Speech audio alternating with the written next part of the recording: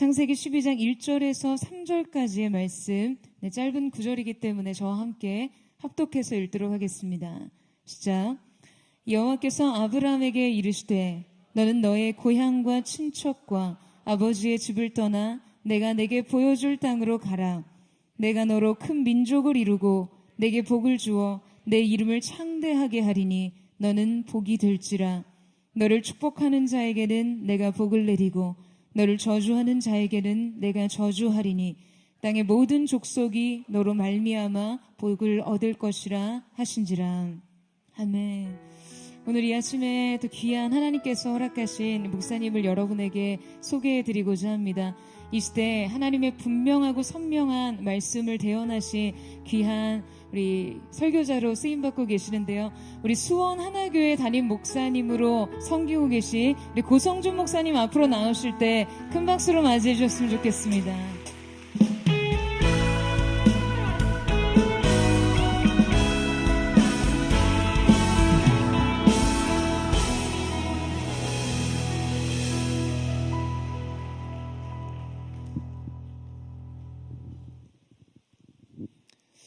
여러분 만나 뵙게 돼서 반갑습니다. 고성준 목사입니다. 청년들 모여있는 거 보니까 너무 좋네요. 제가 대학교 1학년 때 예수님을 만나고 저는 그 대학에 있는 선교단체에서 예수님을 처음으로 믿기 시작했는데 내비게이터라고 하는 단체였어요. 그래서 그 단체에서 예수님을 만나고는 대학생들과 함께 이 캠퍼스에서 사역하는 게 너무너무 재밌었어요. 그래서 시간 되면 아침마다 모여서 콰이타임하고 또 말씀 암송하고 전도하러 나가고 그런 게 너무너무 재밌어서 내가 뭐라고 하나님한테 기도했냐면 평생 이거 하면서 살았으면 좋겠다고 그렇게 기도했더니 하나님께서 그 기도를 기억하셨나 봐요. 그래서 이제 뭐 지금은 제가 나이가 많지요. 제가 올해 한국 나이로 윤석열 나이라고 그러더라. 윤석열 나이로 57세인데 그러니까 그래도 하나님께서 계속 이 청년들을 보면 마음이 뛰게 하시고 또 저희 교회도 그동안 이제 그 사이에 많이 늙은 것 같긴 한데 그래도 아직도 이 청년 교회 끝자락에 껴주는 23년 전에 이제 교회를 개척했는데 뭐 그때는 정말 청년들밖에 없었어요. 대학생들밖에 없었는데 23년 지나는 사이 이제 대학생들이 아저씨 되고 아이 낳고 뭐 이래가지고 이제 아저씨들 아줌마들도 많은 교회가 됐는데 그 기도를 하나님께서 들으시고 계속 청년들과 함께 호흡하게 하시고 또 청년들과 함께 말씀을 나누게 하셔서 여러분들 보니까 너무 좋네요. 이 많은 청년들이 어디 있었는지 참 감사하네요. 네. 자, 이 아침에 여러분들과 함께 나누려고 하는 말씀은 인카운터라고 하는 주제로 좀 말씀을 나눠보려고 합니다. 오늘 본문 말씀을 제가 창세기 12장 1, 2, 3절 말씀으로 잡았는데 아마 이 말씀은 너무 잘 아시는 말씀일 거예요. 아브라함의 여정이 시작되는 그 말씀이죠. 그런데 저는 오늘 이 말씀의 내용을 가지고 말씀을 나누려고 그러는 건 아니고 어떻게 하나님이 이 말씀을 하셨을까? 그리고 우리가 창세기 12장 1, 2, 3절 말씀 들을 때는 그렇구나 이런 내용으로 아브라함의 여정이 시작되는구나 내용에 집중하지만 아브라함이 어떻게 이 음성을 들었을까 한번 생각해 보셨어요? 아브라함이 어떻게 이 하나님의 음성을 들었을까? 사실은 아브라함의 믿음의 여정은 하나님을 대면하면서 시작한 거죠. 저는 그 내용이 무엇이든지 간에 저와 여러분의 믿음의 여정도 하나님을 대면하면서 시작한다고 믿습니다. 하나님을 대면하는 것 없이는 우리 믿음의 여정이 시작되지 않는다는 거예요. 그리고 저는 여러분들 가운데 좀 믿음이 있었으면 좋겠어요. 무슨 믿음이냐면 하나님은 말씀하시는 분이시라는 거예요. 말씀하기를 좋아하시는 분이신다는 거예요. 얼마나 말씀하시기를 좋아하시냐면 별명이 말씀이세요. 하나님의 별명이 말씀이세요. 얼마나 말씀하시는 걸 좋아하면 하나님은 그 별명이 말씀이신 분이십니다. 그런데 많은 경우 우리가 신앙생활을 하면서도 하나님이 말씀하실 수 있는 분이시라고 하는 사실 자체를 인지하지 못하지요. 하나님이 얼마나 답답하실까? 정말 하나님은 우리에게 말씀하기 원하시고 또 말씀하기 원하시고 또 말씀하기 원하시는데 우리는 하나님을 벙어리로 만들어버리는 물론 우리가 성경을 통해서 하나님 말씀하시는 건 인정하고 익히 알 수 있습니다. 그렇지만 하나님께서 그래서 가운데를 잡으라 그랬구나. 끝에 잡으니까 끊어지네. 근데 하나님께서는 이렇게 글만 쓰실 수 있는 분이지 말씀하실 수 있는 분이라고 하는 건 인정을 또 안 해요. 그래, 하나님은 여러분 글만 쓸 수 있는 벙어리입니까? 아니죠. 성경에서는 말씀하신다 그랬거든요. 그리고 아브라함의 여정이 시작될 때도, 모세의 여정이 시작될 때도, 사도 바울의 여정이 시작될 때도, 베드로의 여정이 시작될 때도 항상 하나님께서는 우리를 만나시고 말씀하셨어요. 저는 저와 여러분의 삶 가운데도 이런 하나님과의 인카운터가 있기를 주의 이름으로 축복합니다. 그런 인카운터는 꼭 초자연적인 것만을 의미하지는 않아요. 물론 초자연을 포함하긴 하지만 하여간 하나님께서 우리의 영혼에 말씀하실 수 있다는 거예요. 그런데 우리가 영혼으로 하나님의 말씀을 듣는 게 뭔지는 사실 잘 몰라요. 익숙하지 않아요. 왜냐하면 우리는 타락한 세상에서 죄 가운데 태어나지요. 그래서 성경에 보면 하나님과 교통할 수 있는 영의 기능은 아담의 죄와 함께 다 죽었는지 소멸됐는지 약간 그랬다고 나오죠. 그래서 우리가 하나님의 음성을 영으로 듣는 게 뭔지를 한 번도 경험해 본 적이 없고 그래요. 제가 미국에서 유학생으로 있을 때 저하고 같은 오피스를 썼던 그 대학원생 중 하나가 날 때부터 소경이었던 친구였어요. 날 때부터 소경이었던 미국 친구였는데, 근데 이 친구는 그 날 때부터 소경이니까 당연히 색깔을 구분을 못합니다.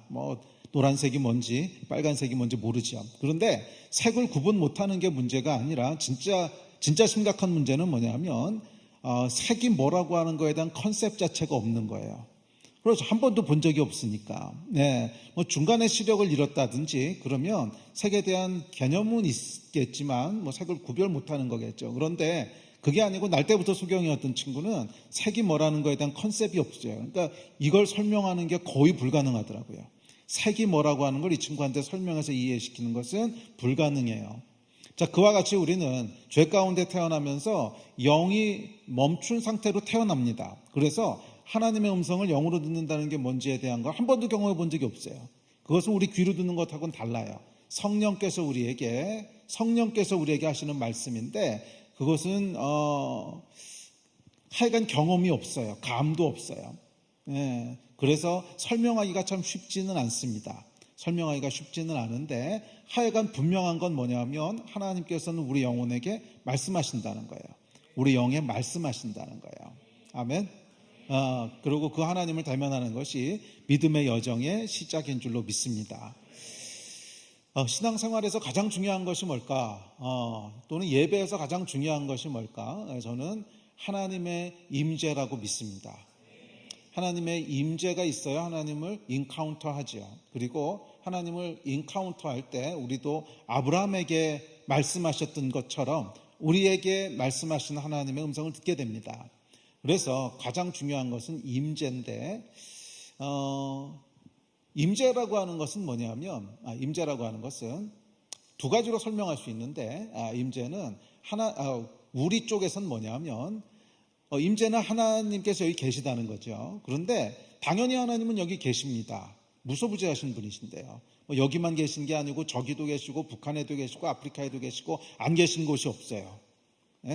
그렇죠. 하나님은 무소부재하시죠. 그러니까 어디나 계세요. 그런데 임재라고 하는 건 뭐냐면 그 하나님이 지금 여기 나와 함께 하시다고 하는 것을 인식하는 거예요. 그게 임재예요. 당연히 하나님은 여기 계신데 그 하나님이 지금 여기 나와 함께 하시는구나. 하나님이 지금 여기 계시는구나. 하나님이 지금 나와 함께 계시는구나 하는 것이 인식되는 순간이 있죠. 그것이 임재입니다. 자, 그래서 임재는 뭐냐면 우리 편에서는 하나님이 여기 계시다고 하는 것을 인식하는 것이 임재고, 하나님 편에서 임재라고 하는 것은 뭐냐면 그렇죠. 하나님은 어디나 계세요. 그런데 거기 계시기를 기뻐하시는 곳이 있어요.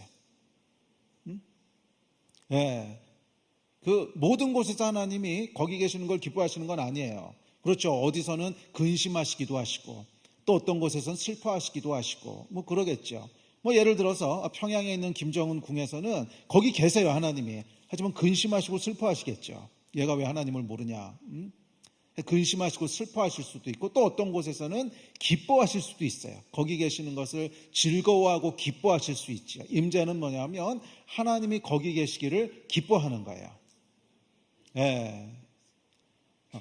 그래서 여러분들이 하나님을 인카운터 하기를 원하신다면 하나님이 여기 계시기를 기뻐하게 하세요. 하나님이 여기 머무는 것을 즐거워하게 하세요. 그러면 그곳에는 하나님이 임재하십니다. 그리고 그 하나님의 임재 가운데 우리가 살아계신 하나님을 대면하게 되고 그곳에서부터 우리 믿음의 여정이 시작되는 줄로 믿습니다. 자, 이 이야기를 오늘 좀 나눠보려고 합니다.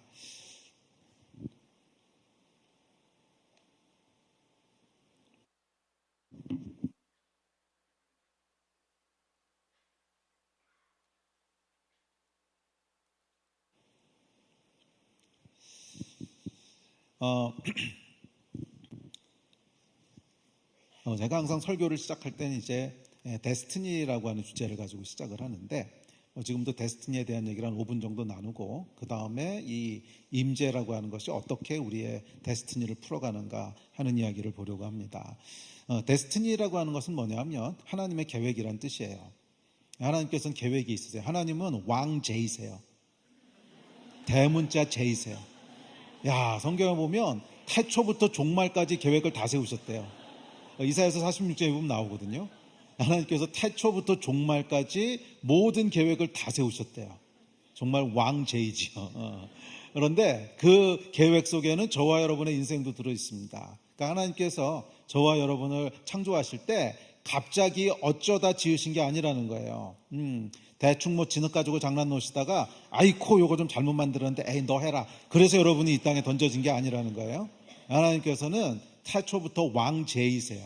여러분을 지으실 때 아주 섬세하고 아주 디테일한 계획을 다 가지고 계셨어요. 아멘이십니까?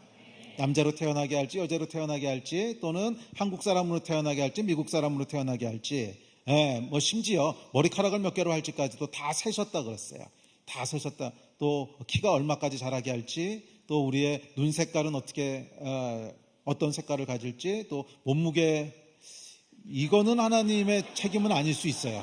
우리가 이제 관리를 해야 되는 파트인데 그건 아니에요. 그건 이제 하나님께서 우리에게 위임하신 건데 하여간 하나님께서 아주 구체적인 계획을 가지고 계십니다. 그리고 우리 인생의 목표는 목표보다 목적이 맞죠. 목적은 뭐냐면 이 하나님의 계획을 발견하고 이루어가는 거예요. 이 하나님의 계획을 발견하고 이루어가는 것이 여러분이 존재하는 이유입니다. 여러분이 이 세상에 존재하는 이유는 다시 한번 잘 듣고 기억하십시오. 여러분을 향한 하나님의 계획이 있어요. 놀라운 계획이 있어요. 선하고 복된 계획이 있는데 그 계획을 발견하고 이루어가는 거예요.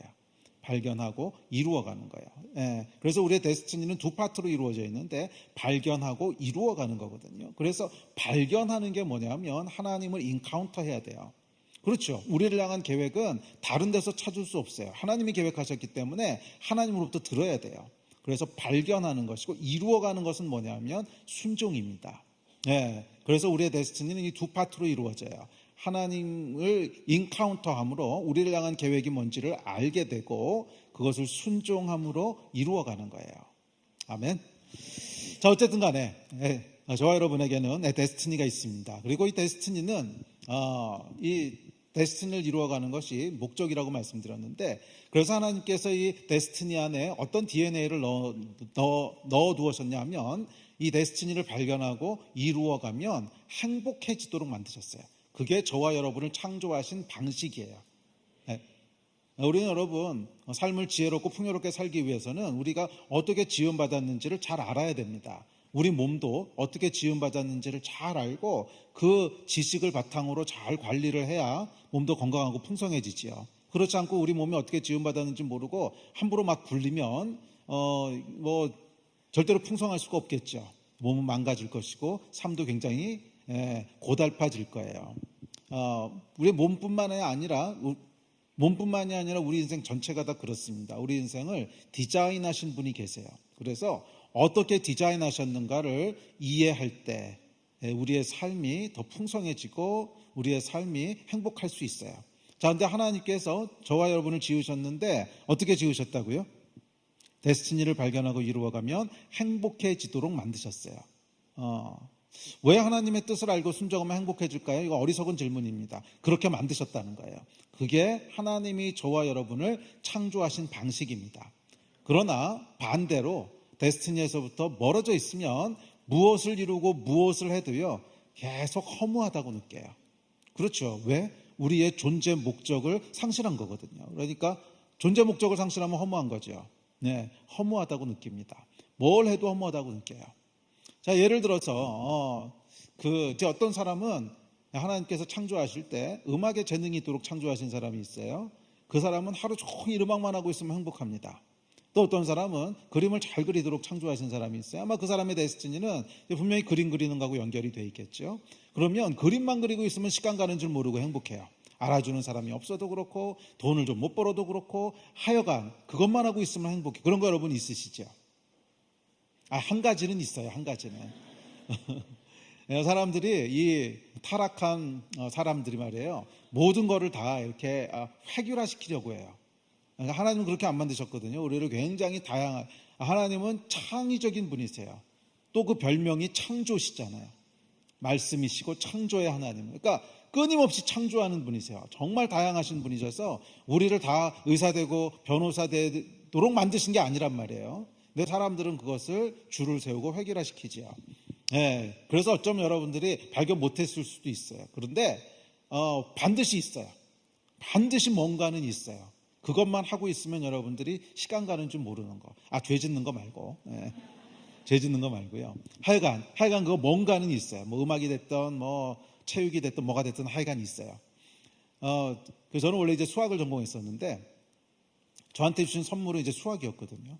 그냥 하고만 있으면 시간 가는 줄 몰랐어요. 정말. 이게 와할 필요가 없어요. 와할 필요가 없는 게 누구나 하나씩은 주신 거예요. 보세요, 여러분. 제가 이 몸 가지고 딴 거 할 게 있었겠습니까?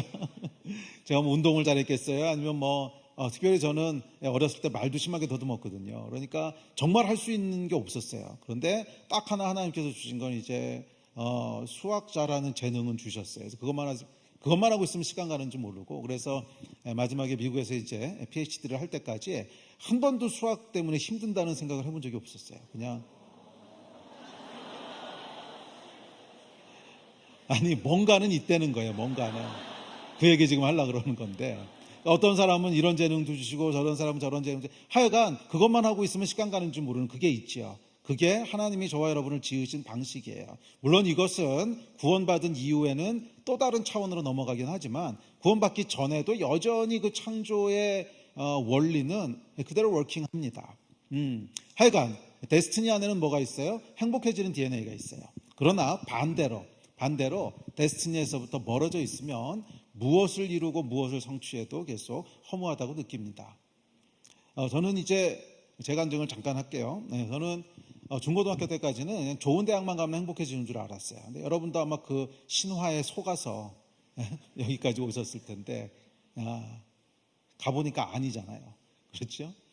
중고등학교 때는 정말 그런 줄 알았어요. 좋은 대학만 가면, 서울대학만 가면 그럼 모든 게 행복해지는 줄 알았어요. 그래서 중고등학교 때는 별 기억이 없어요. 그냥 이제 공부했던 기억밖에 없는데 하나님의 은혜로 이제 서울대를 들어갔습니다. 서울대 수학과를 들어갔는데 정말 행복했어요. 정말 행복해서 와, this is life.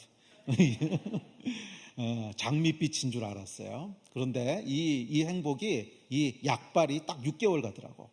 딱 6개월 지나고 나니까 세상에서 가장 행복하던 사람이 세상에서 가장 불행한 사람이 되는 기적을 보게 됐습니다. 제가 대학을 다닐 때는 80년대였는데 일단 학생운동이 굉장히 심할 때였어요. 그래서 매일 최루탄 냄새를 맡으면서 가야 되고 수업을 들은 날보다 안 들은 날이 더 많았던 것 같고, 그리고 주변에서 이제 친구들이 이제 분신 자살하는 거 이런 거를 하여간 계속 보면서 다녔어요. 그러니까 삶이 그렇게 행복할 수가 없었던 때지요. 그리고 무엇보다도 중간고사를 보니까 불행해지더라고. 한 번도 받아본 적이 없는 등수와 점수를 이제 받아야 되는 거지. 그렇잖아요. 어쨌거나 서울대에 이제 들어오는 친구들은 학교에서 뭐 2등, 3등이라는 것도 별로 해본 적이 없거든요. 계속 다 1등만 했었는데 가보니까 누군가는 꼴찌를 해야 되는 사람이 있는 거잖아요. 예, 그래서 중간고사를 보고 나니까 이제 그 다음부터 삶이 바뀌어요. 그리고 제가 대학에 들어갔을 때 들어가면서 결단했던 게 있습니다. 뭐냐면 1년은 무조건 논다. 난 아무것도 안 하고 논다. 왜냐하면 중학교 3년, 고등학교 3년 하여간 거기에 대한 보상을 받아야 되기 때문에. 그래서 정말 신나게 놀았어요. 집이 서울이었는데 거의 집에 안 들어갔어요. 뭐 어디서 잤는지 하여간 뭐 대충 술 먹다가 쓰러져 자고 뭐 친구 집 가서 자고 학교에서 자고 길바닥에서 자고 하여간 뭐 그러면서 이제 1년을 보냈는데 그러다가 이제 시간이 흐르면서 이게 문제가 생기기 시작했습니다. 뭐냐면 이 노는 것에도 굉장히 창의성이 필요하다는 거예요. 이게 놀면 놀수록 효율성이 떨어집니다. 그렇죠. 이걸 이제 한계효용 체감의 법칙이라고 하잖아요. 그러니까 처음에는 한 요만큼만 놀아줘도 한 10 정도의 만족이 있었는데 그 다음에는 더 강한 강도로 놀아줘야지 똑같은 강도로 놀아주면 계속 만족도가 떨어지는 거죠. 이제 그런 건데 그래서 한 1년 정도 지나고 나니까 이제 창의력이 다 바닥이 났어요. 더 이상 뭘 해야 될지도 모르겠고 더 이상 놀 만한 것도 없고 이제 그러면서 제 안에 아주 심각한 고민이 시작됐습니다. 이게 뭐지?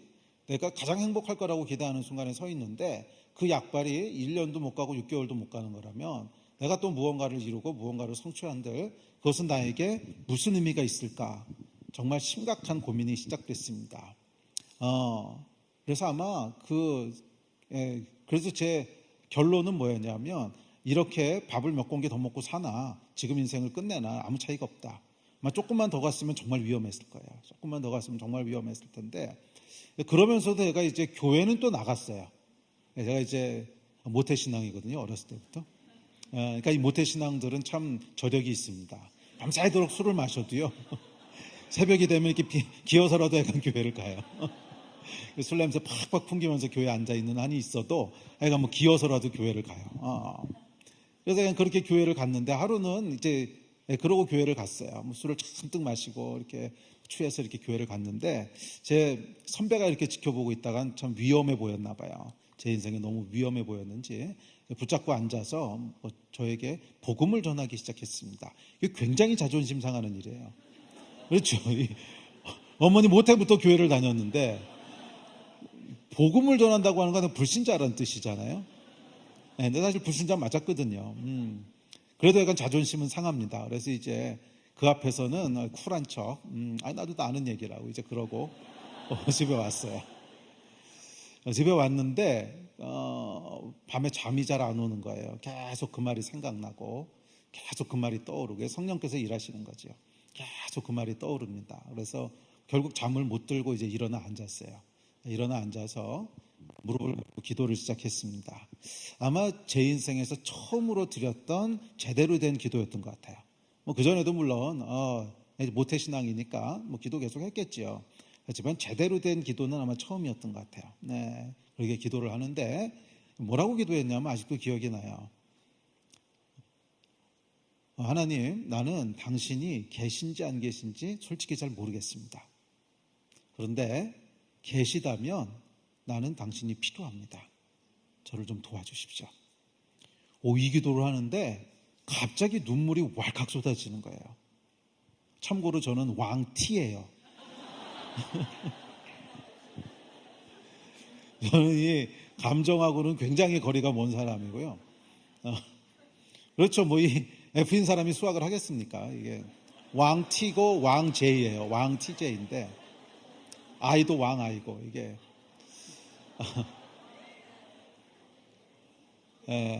아이들이요 소망을 가지십시오. 아이도 예수 잘 믿을 수 있어요. 하여간 근데 이 갑자기 눈물이 나면서 거의 한 2-3시간을 펑펑 울었어요. 왜 우는지도 몰라요. 왜 우는지도 모르는데 2-3시간을 펑펑 울었습니다. 그게 뭐냐면 제가 첫 번째로 하나님을 인카운터하는 순간이었어요. 첫 번째로 하나님을 인카운터하는 순간이었어요. 지금 되돌아보니까 성령께서 일하신 거죠. 성령께서 일하신 것이고 그때 제 안에 그 변화가 어떻게 일어났는지는 저도 잘 설명을 못하겠어요. 그런데 그렇게 2시간을 펑펑 울고 잠들었다가 깨어났는데 제 안에 뭔가가 달라졌어요. 아, 하나님이 살아계신 분이시구나. 믿어지기 시작하는 거예요. 믿은 게 아니에요. 믿어진 거지. 저는 그것을 지금도 그렇게 믿습니다. 믿음은요, 믿는 게 아니에요. 믿어지는 거지. 정말 성령께서 믿어지게. 물론 우리의 의지적인 믿음도 필요합니다. 그래서 로마서에 보면 믿음으로 믿음에 이른다고 하죠. 예, 우리의 의지적인 믿음도 필요하지만 그 후자에 있는 완성된 믿음은 그냥 하나님께서 선물로 주시는 거예요. 믿어지는 거예요.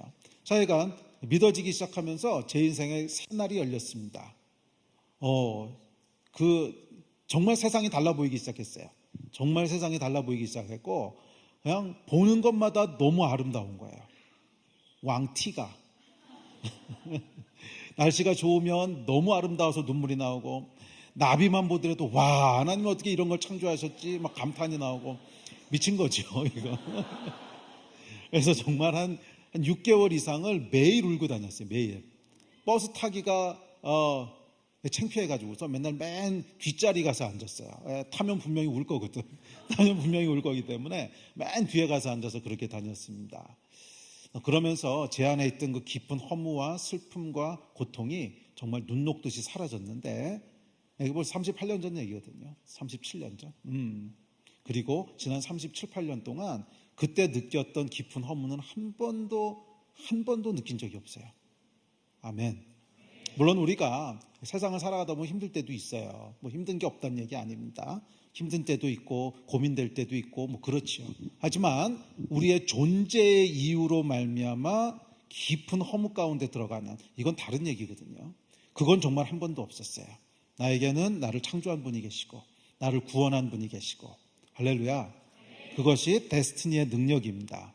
그러니까 데스티니는 여러분, 그것을 발견하고 그 길로 들어서면 거기에 행복하고 충만해지는 DNA가 있고, 반대로 거기서부터 멀어지면 허무해지는 DNA가 있습니다. 그렇게 만드신 거예요. 그렇게 만드신 거예요. 혹시 여러분 가운데 깊은 허무 가운데 계시는 분이 있다면 그것은 데스티니의 이슈일 가능성이 큽니다. 여러분을 창조하신 하나님을 만나세요. 그리고 그분으로부터 여러분의 데스티니를 들으셔야 돼요. 뭐 귀로 듣는 건 아니지만 하여간 성령께서 그것을 여러분들에게 가르치시고 보이셔야 돼요. 그랬을 때 우리 삶 가운데 새로운 날이 열릴 줄 믿습니다. 아멘. 자, 그렇다면 이제 어떻게 데스티니를 이루어가는가?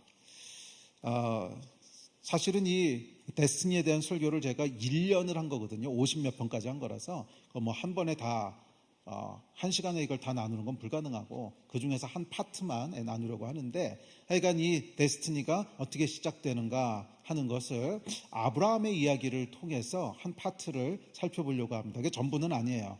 또 다른 측면들이 많이 있는데, 하여간 아브라함의 이야기를 통해서 아브라함에게 역사하셨던 그 샘플 케이스를 한번 보면서 어떻게 하나님께서 아브라함의 데스티니를 이루어 가셨고, 그래서 아브라함의 인생이 어떻게 됐는가 하는 것을 살펴보면서 저와 여러분 가운데도 하나님께서 행하시는 일들이 충만하기를 기대합니다. 자, 이 아브라함의 여정을 보면 어떻게 데스티니가 시작되죠? 그렇죠. 오늘 읽으셨던 12장 1, 2, 3, 3절. 하나님을 인카운트하면서 시작하는 거예요. 하나님을 인카운트하면서 시작하는 거예요. 저와 여러분의 여정도 하나님을 인카운터하면서 시작할 줄 믿습니다. 그래서 사실은 예배가 중요해요. 사실은 예배가 거의 전부입니다. 예배는 하나님을 대면하는 시간이거든요. 그래서 예배의 시간을 군대에는 어떤 얘기가 있냐면 뭐 작전에 실패한 병사는 용서받을 수 있어도 경계에 실패한 병사는 용서받을 수 없다. 뭐 이런 말이 있어요. 그러니까 경계 서는 게 그만큼 중요하다는 건데, 저는 똑같이 생각합니다. 다른 거에 실패한 건 전부 다 용서받을 수 있어도 예배에 실패한 거는 용서받을 수 없어요. 뭐 요즘은 이제 그런 일이 적은데, 제가 교회를 이제 개척하고 예배를 청년들하고 시작했을 때 예배가 마음에 안 든 적이 몇 번 있었어요. 이게 아무래도 이 예배는 마음에 안 들어. 주일날이었는데 이 앞에서 예배팀이 인도하는데 임재가 하나도 안 느껴지는 거예요. 그래서 설교하러 이렇게 올라왔는데 설교가 안 되는 거예요. 그래서 이거 오늘 안 되겠다. 그러니까 솔직하게 얘기했습니다. 오늘 안 되겠다. 처음부터 다시 하자. 이 예배 가지고는 안 된다. 그래서 그 예배팀 다시 올라오라고 하고, 너희는 이 예배 끝나고 기어 내려가는 한이 있어도, 여기 서서 내려가는 거 내가 눈 뜨고 못 본다. 기어 내려가는 한이 있어도 하나님의 임재를 이곳에 누릴 수 있게 해야 된다. 그래서 처음부터 다시 드렸어요. 그때 뭐 사람이 많지 않았으니까. 하여간 예배에 실패한 건 용서받을 수 없습니다. 왜냐하면 하나님을 대면하는 게 예배거든요. 하나님을 대면하는 것이 예배인데, 그거를 실패하고 그 다음에 뭘 할 수 있을까요? 하나님을 대면하는 걸 실패했는데 그 다음에 할 수 있는 게 뭐 있어요? 그 다음에 할 수 있는 게 아무것도 없는 거예요. 해봐야 의미 없는 일들인 거예요. 모든 우리의 신앙의 여정은 하나님을 대면하면서 시작하는 건데, 그거를 실패했는데 그 다음에 뭘 할 게 없는 거죠. 여러분, 예배에는 생명을 거셔야 돼요. 모든 예배는 그 예배가 마지막인 것처럼 드려야 돼요. 모든 예배는 그 예배가 마지막 예배인 것처럼 드려야 돼요. 거기에 실패했다 그러면 대충 넘어가면 안 돼요. 처음부터 다시 하는 한이 있더라도 하여간 예배는 성공해야 돼요. 예배가 성공한다는 의미가 뭔지는 또 좀 까리하기는 한데, 하여간 예배는 성공해야 돼요. 그 예배를 통해서 하나님의 임재가 이곳에 임해야 돼요. 아멘. 자, 아브라함의 여정을 보면 철저하게 하나님이 임재하시고 하나님을 인카운트하면서 그 데스티니가 펼쳐져 갑니다. 그래서 아브라함의 이야기를 보면 12장에서 한 번만 하나님을 인카운트하는 것이 아니에요. 15장에 가면 또 인카운트하고, 18장에 가면 또 인카운트하고, 20장에 가면 또 인카운트하고, 계속 하나님을 반복적으로 인카운트하는데, 그 인카운트하는 사건들을 자세히 읽어보면 재밌는 것들을 발견할 수 있습니다. 아무 때나 인카운트 하시는 게 아니에요. 그러니까 하나님께서 언제 인카운트 하셨는지를 발견하게 돼요. 언제 인카운트. 그러니까 예를 들어서 어떤 거냐면, 그 조카 롯을 떠나보내죠. 그러고 나서 바로 하나님이 인카운트 하시거든요. 또 이삭을 바칠 때 아주 하나님이 강력하게 인카운트 하시거든요. 그러니까 아무 때나 인카운트 하시는 것이 아니라 뭔가 하여간 전후의 이야기들이 있어요. 그 이야기들을 우리가 잘 살펴보고 따라가 보면, 우리 삶 가운데도 하나님께서 언제 인카운트 하시는구나 하는 것을 발견할 수 있게 되는 줄 믿습니다.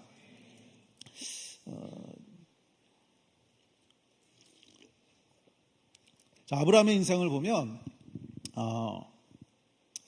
그 세 번의 떠나는 이야기가 있습니다. 세 번의 떠나는 이야기가 있는데, 첫 번째는 저희가 잘 아는 갈대아 우르를 떠났던 거고요.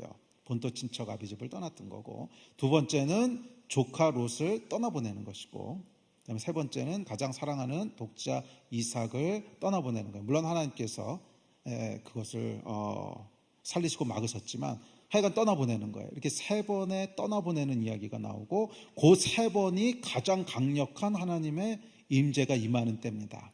하나님과의 인카운터가 있는 때예요. 이것이 아브라함이 우리에게 주고 있는 메시지입니다. 세 번의 떠남과 세 번의 인카운터가 있는 거예요. 첫 번째는 뭐를 떠나는, 여기 잡으니까 안 나오네요. 첫 번째는 갈대아 우르를 떠납니다. 갈대아 우르를 떠난다고 하는 것은 여러 가지를 상징하는데, 아마 그 중에 가장 대표적인 상징은 거룩함에 대한 상징일 겁니다. 갈대아 우르는 어떤 땅이냐면 우상을 섬기던 땅이에요. 우상을 섬기던 땅이고, 그곳에서 이 아브라함과 그의 아버지 데라는 우상을 만들어서 팔던 사람들이었어요. 그러니까 하나님을 알기 전에 죄악 가운데 하나님을 모르고 살아갔던 삶이죠. 그것을 떠나는 것으로 시작됩니다. 자, 하나님의 임재는 여러분, 죄가 있는 곳에 임하실 수는 없어요. 이게 굉장히 중요한 원리입니다. 죄가 있는데 하나님이 임하실 수는 없어요. 그러니까 하나님은 죄가 있으면 어떻게 하신다고 말씀하시냐면, 모세한테 내가 돌격한다고 말씀하세요. 죄가 있으면 그냥 하나님의 본성 자체가 죄가 있으시면 진노하시는 거예요. 본성 자체가 죄가 있으면 내가 돌격할까 하노라. 그 백성의 죄가 해결되지 않고 있으면 내가 돌격해서 뭐 하신다는 건 안 나와 있는데, 내가 돌격할까 하노라 이렇게 나와 있거든요. 그러니까 하나님 죄하고는 함께 하실 수가 없으세요. 그래서 여러분, 하나님의 임재 가운데로 들어가는 열쇠는 뭐냐면 거룩함이에요. 죄와 싸우되 피 흘리기까지 싸우는 거예요. 아멘. 제가 간증을 하나 할게요. 제가 이제 미국에서 이제 PhD 논문을 쓸 때였는데, 박사학위 논문 쓸 때였는데, 그 논문을 이제 그 논문을 쓰면 이제 뭘 하냐면 디펜스라는 걸 합니다. 디펜스를 해서 교수들을 모아놓고 그 논문을 이렇게 발표를 해요. 그러면 이제 뭐 질문도 받고 어쩌고저쩌고 해서 교수들이 오케이 하면 이제 통과가 되는 거죠. 그러면 이제 학위를 받는 거예요. 자, 그래서 제가 디펜스를 다 끝냈습니다. 아유, 그때 제가 6년 차였는데 6년 동안에 이제 공부를 다 끝내고 드디어 이제 학위를 받게 된 거죠. 그래서 근데 원래는 한 5년 차에 끝낼 수 있었는데 뭐 이것저것 하니까 시간을 좀 넘겼어요. 그래서 데드라인을 넘기는 바람에 이제 뭐 한 학기를 더 하면서 학기 초에 디펜스를 했습니다. 학기 초에 디펜스를 하고 이제 통과를 하고 나니까 뭐 시간이 좀 남는 거예요. 그 원래는 그 파일링 하는 것이 뭐 10월인가 5월인가 약간 그때까지 하면 되는데 미리 끝낸 거예요. 미리 디펜스를 다 끝나서 뭐 좀 여유가 있으니까 그동안 이제 밀렸던 일들도 좀 하자. 그래서 뭐 교회 나가서 봉사도 좀 하고 하여간 이제 그러면서 지냈어요. 그러면서 지냈는데 그렇게 지내다가 이제 어느 날 시간을 보니까 이제는 파일을 해야 될 것 같아요. 그러니까 제출해야 될 것 같아요. 그래서 사인을 받으려고 이제 지도 교수를 찾아갔습니다. 그래서 이렇게 똑똑 두드리고 들어갔더니 지도 교수가 앉아보라고 이제 그러는 거예요. 그러더니 오늘 아침에 이제 스탠포드에 있는 교수 하나가 근데 그 교수가 제가 전공하는 것으로는 가장 권위자였어요. 네. 이 소련 사람이었는데 아직도 이름도 안 잊어버려. 얼마나 나를 괴롭혔는지. 엘리아시포그라는 스탠포드 수학과에 있는 교수인데 이제 그 교수가 이 논문을 읽어보고는 오늘 아침에 조금 이상하다고 저한테 이메일을 보냈다는 거예요.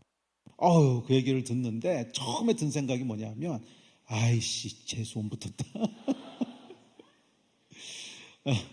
이 원래 이제 학계의 룰이 있습니다. 뭐 인문과학 쪽은 잘 모르겠는데 뭐 공대나 자연과학 쪽에는 이제 룰이 있어요. 룰이 뭐냐면 어떤 논문도 완벽한 논문이라는 건 없지요. 항상 보면 이제 조금씩 뭐 틈들이 있고 이제 부족한 게 있는데 그것을 발표하고 난 다음에 저널에 싣고 난 다음에 사람들이 뭐 그런 걸 지적하는 것은 아무 문제가 없어요. 그건 이제 그렇게 해서 토론해 가면서 그 다음 논문 나오고 이러는 거거든요. 근데 발표하기 전에 누가 클레임을 걸면 그것을 해결하고 발표해야 돼요. 그게 이제 룰이에요. 그게 학계의 룰이에요. 그러니까 재수가 없는 거죠.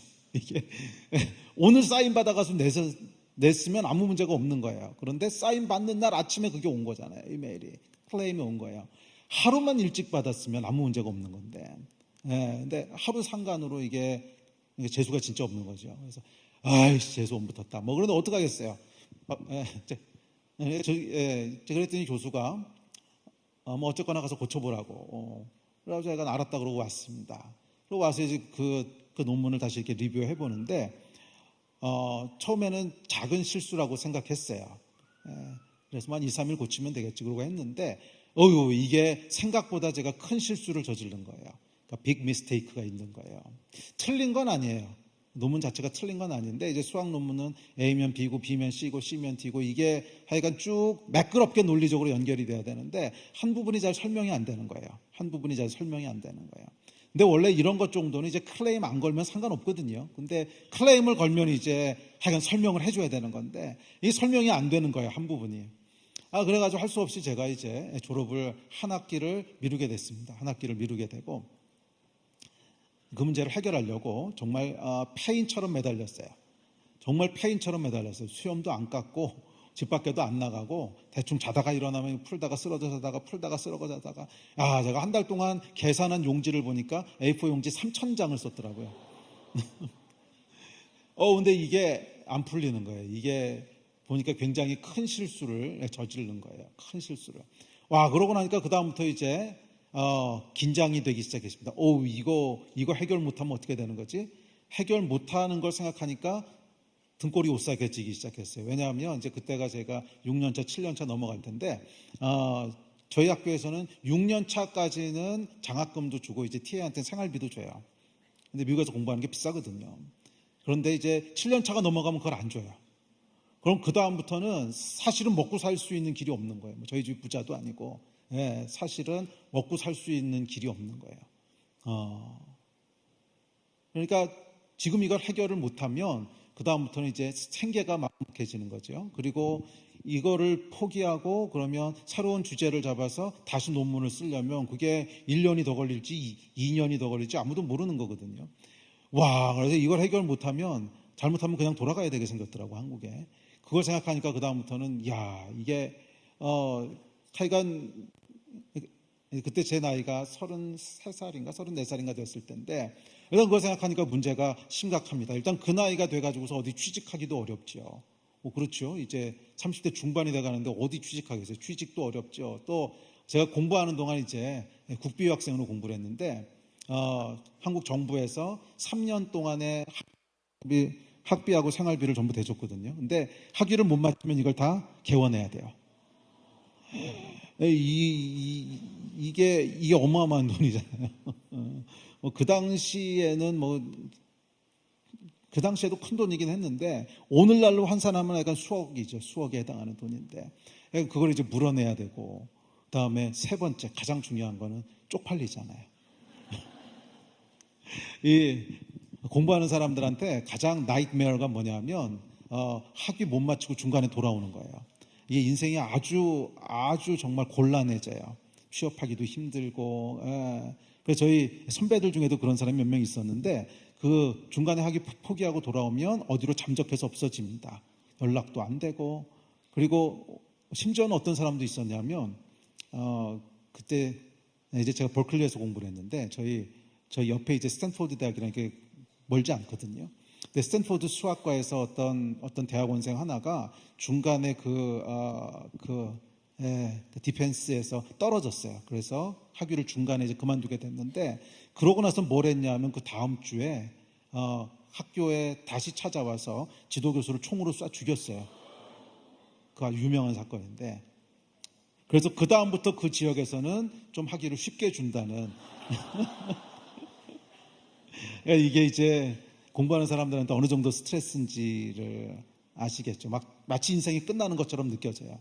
근데 사실 끝나는 게 아닌데 또 딴 거 하고 살면 되는데 하여간 그렇게 느껴지는 거죠. 그러니까 이 문제를 풀어야지 못 풀면 큰일 나는 거잖아요. 그래서 열심히 매달렸는데 그래서 한 학기를 미루고 이제 근데 어느 날 이제 새벽이었어요. 3시쯤 된 것 같아요. 3, 4시쯤에 이 문제가 기적적으로 풀렸어요. 할렐루야. 와, 정말 하나님의 은혜다. 그래가지고 시비 걸었던 엘리야시보가한테 막 썼습니다. 그래가지고서 사실 이렇게 되고 저렇게 되고 저렇게 쫙 돼가지고 네가 질문했던 거에 대한 고고 이렇게 되는 거야. 딱 그러고 이제 누웠어요.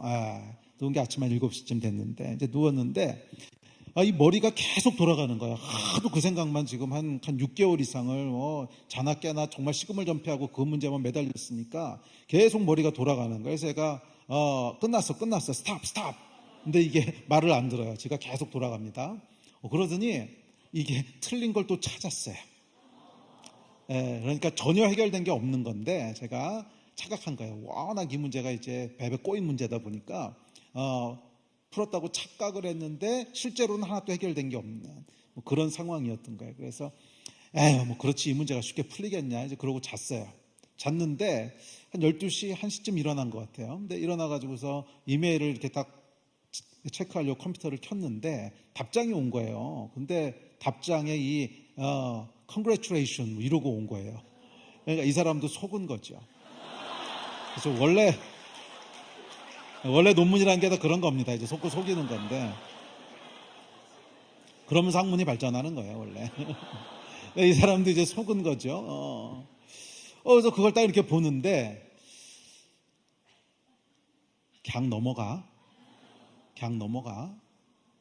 어차피 결과가 틀린 것도 아니고 이 사람이 클레임만 안 걸었으면 사실 별 문제 없었던 논문이고 괜히 이 사람이 그냥 클레임 걸어가지고 복잡해진 건데 어차피 틀린 건 아니고 이 사람 괜찮다는데 거기서 문제 될 거 없잖아요. 그래서 그냥 넘어가. 이 생각이 올라오는 거예요. 그날 아침에 이제 콰이어 타임을 하지 말았어야 되는데 콰이어 타임을 한다고 오후 1시 2시에 일어나가지고서 그때 무슨 콰이어 타임을 한다고 하여간 제가 그때 매일 성경으로 콰이어 타임을 하고 있었는데 그걸 습관적으로 딱 켰어요. 근데 내 본문이 뭐였냐면 요한계시록이었어요. 요한계시록. 근데 요한계시록 4장인가 7장인가 보면 흰옷 입은 주의 백성이 나오죠. 하필이면 본문이 딱 거기에요. 그러니까 우연이 아닌 거죠. 네, 딱 본문이 거기에요. 그래서 그 말씀을 이렇게 읽는데 어떤 생각이 드냐면 왜 하필이면 흰옷이지? 검은 옷도 있고 회색 옷도 있고 많은데 왜 주의 백성들은 항상 흰옷만 입지? 이 생각이 드는 거예요. 그런데 성령께서 그림 하나를 딱 떠오르게 하시는데 어떤 그림이냐면 이런 하얀색 와이셔츠에 잉크방울 하나가 이렇게 딱 떨어지는 그림이에요. 그럼 사람이 뭐라 그러시냐면 검은 옷이나 회색 옷은 대충 볼펜으로 뭐 이렇게 그려도 티가 안 나지만 흰 옷은 작은 잉크방울 하나에도 탁 티가 나지 않니? 나는 내 백성이 죄에 대해서 이렇기를 원한다. 나는 내 백성이 죄에 대해서 이렇기를 원한다. 그 얘기를 듣는데 여러분 콰이어타임 무섭습니다. 정말이에요. 하나님 정확하세요. 우연이 없어요. 왕제이시라니까. 이것도 태초부터 다 계획해 놓으셨을 거예요. 그러니 어떻게 해요? 그래서 할 수 없이 이제 차를 몰고 학교를 갔습니다. 그래서 지도교수 방에 들어갔어요. 그랬더니 지도교수가 잘했다고, 지도교수도 그 메일을 이제 같이 받은 거죠. 그러면서 잘했다고 사인해 줄 테니까 이제 뭐 파일링하고 이렇게 하라고. 근데 제가 이제 그 앞에서 이실직고를 했습니다. 근데 사실은 그렇게 된 게 아니고요. 이래저래 돼가지고서 사실은 해결된 게 하나도 없습니다. 그리고 그 사람도 속았고 착각한 겁니다. 뭐 그렇게 얘기를 했습니다. 그때 지도교수야 뭐 자기 일 아니니까 그러냐고, 알았다고 해서 조금 더 해보라고. 그래서 이제 문 닫고 나왔어요. 근데 나오는데 제 안에 어떤 마음이 들었냐면 다 끝났구나. 더 이상 해볼 거 없구나.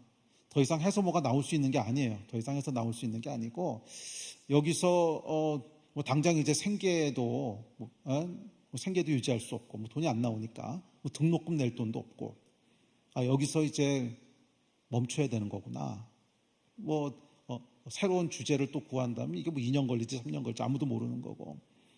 그래서 짐 싸가지고 한국으로 돌아가야겠다. 그렇게 결정을 내렸습니다. 결정을 내리고는 이제 차를 몰고 집으로 오는데 지금 놀라운 일이 벌어졌어요. 차 안에 하나님의 임재가 내려오기 시작하는 거예요. 차 안에 하나님의 임재가 내려오기 시작하는데 마치 어떤 느낌이냐면 차가요 하나님으로 꽉 차 있는 것 같은 느낌이에요. 차가 막 폭발할 것 같아요. 저는 그 전에도 그 후에도 이런 하나님의 임재는 경험해 본 적이 없어요. 비슷한 경험이 한 번도 있긴 했는데 하여간 마치 차가 하나님으로 꽉 차 있는 것 같고, 그리고 하나님께서 제 귀에 소금 말씀하시는데 귀로 들리는 건 물론 아니에요. 그런데 마치 천둥이 치는 것 같아요. 소금 말씀하시는데 천둥이 치는 것 같아요. 제가 아는 어떤 분은 그거를 어떻게 묘사하시냐면 제 이제 영적인 멘토가 이재환 선교사님이시라는 분인데 이재환 선교사님은 이거를 뭐라고 말씀하시냐면 온 몸이 귀가 된 것 같대요. 근데 저도 그 말에 동의가 돼요.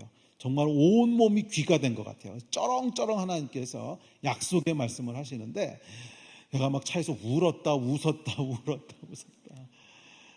그러면서 하나님께서 그때 저에게 아브라함의 약속을 주셨어요. 너를 통해 믿는 자들이 바다의 모래알 같을 것이고 하늘의 별 같을 것이고 많은 열매가 있을 거라고 하는 그 말씀을 이제 들으면서 제가 부흥회를 하면서 집에 돌아왔습니다. 그리고 집에 돌아왔는데 정말 놀라운 일이 벌어졌어요. 걱정이 1도 안 되는 거예요. 걱정이 1도 안 되는 거예요. 참고로 제 MBTI는 ENFP가 아닙니다. 저는 INTJ예요. INTJ는 어떤 사람이냐면 플랜 B, 플랜 C가 있어도 불안해하는 사람들이에요. 저는 평생을 그렇게 살았거든요. 플랜 B가 있어도 불안해. 플랜 B도 빵꾸나면 어떡하지? 플랜 C가 있어도 불안해. 그게 이제 제 태어난 성격이에요. 그런데 지금 아무 대책이 없거든요. 아무 대책이 없는데 염려가 없다. 이거는 진짜 기적이에요. 정말 기적이에요. 그러면서 제가 중요한 진리를 한 가지 알게 됐는데 뭐냐면 평강 또는 불안이라고 하는 것은 상황에서부터 오는 게 아니구나. 하나님의 임재에서부터 오는 거구나. 하나님의 임재가 있으면 어떤 상황에 있든지 간에 평강을 누리는 것이고 하나님의 임재 안에 거하지 않으면 완벽한 상황 가운데서도 불안한 거, 이게 사람이라는 거예요. 이건 여러분 정말입니다. 여러분의 삶 가운데 평강이 있기를 축복합니다. 그리고 평강은 상황에서부터 오는 게 아니에요. 하나님의 임재 가운데 있으면 최악의 상황 가운데서도 평강을 누리는 거예요. 최악의 상황 가운데서도 평강을 누리는 거예요. 할렐루야. 네, 기억하십시오 여러분. 거룩함은 뭐라고요? 하나님의 임재로 들어가는 열쇠예요. 거룩함은 하나님의 임재로 들어가는 열쇠예요. 아멘. 그리고 나서 한 일주일쯤 지났어요. 뭐 저는 이제 한국 돌아가려고 이제 더 이상 문제풀이 안 하고 있었고요. 그런데 일주일 뒤에 자다가 꿈을 꿨는데 꿈에서 제가 그 문제를 막 푼 거예요. 꿈에서 문제가 풀렸어요. 자, 그런데 이 꿈의 특징은 뭐냐면 깨나면 기억이 안 나는 것이요. 분명히 꿈에서는 풀리는데 아침에 이제 번쩍 눈을 떴습니다. 그런데 맞아요. 개꿈은요 깨나면 기억이 안 나요. 그런데 하나님이 주신 꿈은 달라요. 딱 깨놨는데 생생히 기억이 나는 거예요. 그래서 이건 뭐지? 그래서 풀어봤더니 그게 정답이더라고. 그래서 졸업을 했다. 할렐루야. 영적인 여러분 패턴이 있습니다. 거룩함은 뭐예요? 거룩함은 임재로 들어가는 열쇠고 하나님의 임재는 하나님의 능력을 여는 열쇠예요. 거룩함이 능력이에요. 거룩함이 능력이에요. 많은 경우 오늘날 우리 삶 가운데 하나님의 임재가 충분하지 못하고 우리 삶 가운데 하나님의 능력이 충분히 경험되지 않는다면 사실은 우리가 죄와 싸우되 피 흘리기까지 싸우는지를 한번 돌아봐야 돼요. 죄와 싸우되 피 흘리기까지 싸우는가. 예배는 여러분 예배가 성공해야 된다고 말씀드렸는데 예배는 예배가 성공한다고 하는 것은 단순히 우리 감정을 얘기하는 것이 아닙니다. 예배가 성공하기 위해서는 모였을 때의 예배도 물론 중요하지만 일주일 동안의 싸움에서 승리하고 모여야 돼요. 일주일 동안의 싸움에서 승리하고 모여야 되는 거예요. 죄와 싸우는 거에 계속 실패했는데 그렇게 실패한 사람들이 모여서 예배할 때 성공적인 예배가 드려질 수 있을까? 아니요 여러분, 그렇게 되지 않습니다. 물론 이 예배는 우리에게 그 다음 일주일을 싸울 수 있는 힘을 주는 것도 사실이에요. 그러나 동시에 우리가 예배에서 얻은 그 힘으로 일주일 동안에 죄와 싸워야 돼요. 그래서 이겨야 돼요. 승리해야 돼요. 물론 뭐 실패할 수도 있습니다. 넘어질 수도 있지만 그러면 하나님 앞에 나와서 전심으로 회개해야 돼요. 이제 죄 문제가 일단 해결되지 않으면 예배는 절대로 성공할 수 없습니다. 죄가 있는 곳에 하나님이 임재하시진 않아요. 그러니까 하나님의 임재는 하나님의 강권적인 역사지만 그분이 임재할 수 있는 환경을 만드는 건 우리 책임이에요. 예를 들어서 우리가 김연아 선수가 있죠. 김연아 선수 지금 은퇴했지만 이제 불러다가 갈라쇼 같은 거를 만약 열게 했다고 해봅시다. 초청을 했어요. 그러면 김연아 선수가 그걸 보여줄 수 있는 환경을 만들어줘야 되는 거죠.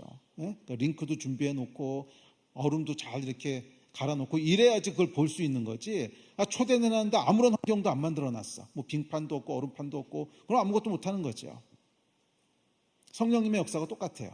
성령님을 우리가 초청했을 때 성령께서 임재하시는 것은 하나님의 강권적이고 주권적인 역사예요. 하지만 그분이 역사하실 수 있는 환경을 조성하는 건 우리 책임이에요. 그것은 거룩함이에요. 거룩함을 지키는 여러분 되시기를 바랍니다. 두 번째 떠나보내는 게 있는데 두 번째 떠나보내는 것은 롯을 떠나보내는 거죠. 자, 이 갈대아 우르를 떠나는 것이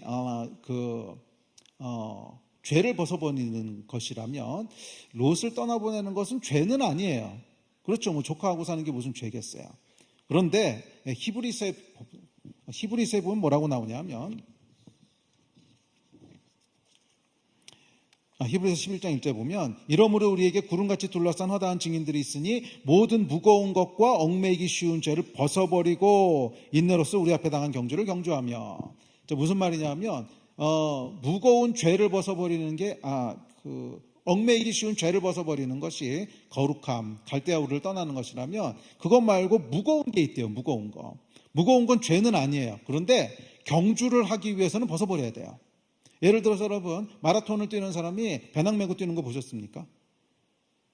없지요. 그러니까 경주를 달리기 위해서는, 이기기 위해서는 무거운 걸 지고 뛸 수 없다는 거예요. 롯을 떠나보내는 건 그런 의미입니다. 그러니까 하나님께서 뭐라 그러시냐면, 롯의 양과 너의 양을 같이 치기에는 너무 좁다는 거예요. 예. 하나님께서 우리를 향한 데스티니를 가지고 계신데 그것을 롯을 짊어지고선 이룰 수 없다는 거예요. 무거운 것을 벗어버려야 된다는 거예요. 우리 삶 가운데 그런 게 있어요. 뭐 죄는 아니에요. 나쁜 것도 아니에요. 어쩜 좋은 걸 수도 있어요. 하지만 그것을 붙잡고는 하나님의 계획을 이루어갈 수 없는 것들이 있어요. 이것을 벗어버려야 돼요. 그래야 하나님의 계획을 이루어갈 수 있습니다. 그래서 정말 흥미로운 게 뭐냐면 이 롯을 떠나보내잖아요. 롯을 떠나보내고 바로 그 다음에 뭐가 나오냐 보면 하나님께서 아브라함을 인카운트하세요. 그리고 아브라함의 언약을 갱신하세요. 보이는 땅을 내가 너와 내 자손에게 주리니 영원히 이루리라. 아브라함의 데스티니를 다시 리마인드 하시고 그 언약을 다시 갱신하세요. 언제? 롯을 떠나보냈을 때. 무슨 말이냐면 롯과 함께는 하나님의 데스티니를 받을 수 없다는 거예요. 롯을 향한 하나님의 계획은 따로 있어요. 하지만 그 롯을 붙잡고는 갈 수 없다는 거예요. 저와 여러분의 삶에도 그런 것이 있습니다.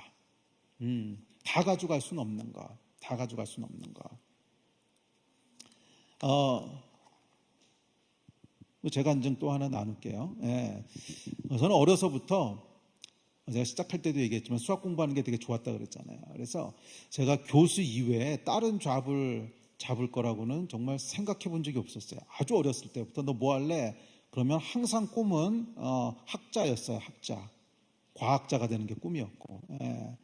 저희 아버님이 이제 서울대 수학과 교수님이셨는데 그게 되게 이렇게 보기 좋았나 봐요. 그래서 하여간 그것 이외에는 이렇게 생각해 본 적이 없었어요. 아주 어렸을 때부터. 제가 생각나는 가장 어렸을 때부터 나는 그냥 교수가 돼야 이게 나의 천직이야. 그리고 재밌고 잘 맞고 시간 가는지도 모르겠고 하여간 그랬습니다.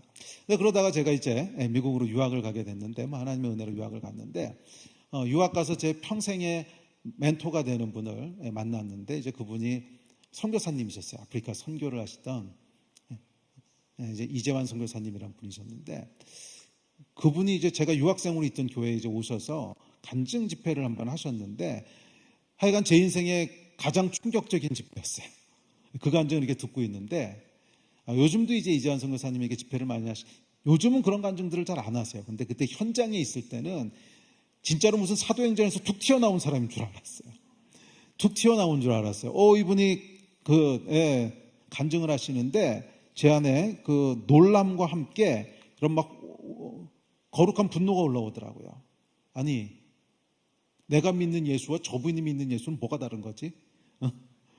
똑같은 예수를 믿고 있는데 왜 저분은 저렇게 살고 나에겐 그런 역사가 일어나지 않는 거지? 제 안에 굉장한 그 도전이 있었습니다. 그러면서 나도 저렇게 하나님과 동행하고 싶어. 나도 저렇게 살고 싶어. 사도행전처럼 살아보고 싶어. 하는 열정이 이제 제 안에 올라오기 시작했습니다. 그래서 저희가 이제 미국에서 공부를 끝낼 때쯤에 저하고 집사람하고 선교사로 헌신을 했습니다. 선교사로 들어갈 거로 헌신을 하고 그러고 이제 한국으로 돌아오게 됐습니다. 선교사 나갈 준비를 하려고 이제 돌아왔던 거예요.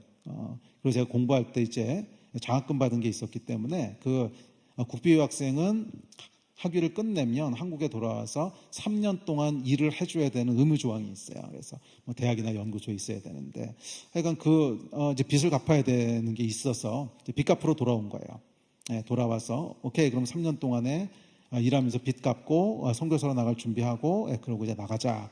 그러고 하여간 이제 돌아오게 됐습니다. 근데 돌아와서 보니까 제가 미국에서 그 얘기는 조금 이따 하고 돌아왔는데 이제 돌아오면서 제가 뭐라고 서원을 했냐면 대학에 이렇게 계약직 자리만 잡겠습니다. 이렇게 서원을 했어요. 근데 왜냐하면 이 정규 교수 자리를 잡으면 못 나갈 것 같은 거예요.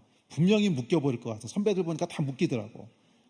그래서 서원을 했어요. 하나님, 제가 정규직은 안 잡고요, 1년씩 계약하는 거로만 일을 해서 3년 딱 때우고 나가겠습니다. 그러고 서원을 하고 들어왔는데 한국에 돌아와 보니까 이 아버지가 일단 가장 기뻐하시더라고요. 네, 자식이 가업을 잇게 됐다고 너무 좋아하시면서 그 교수 임용 자리가 나온 데를 쫙 리스트업을 해가지고서 저한테 이렇게 주시는 거예요. 저희 아버님 무슨 로비하고 이런 분은 아닙니다. 진짜 조선시대 선비 같은 분인데, 하여간 그 자료를 쭉쭉 모아서는, 보니까 여기하고 지금 뽑는데,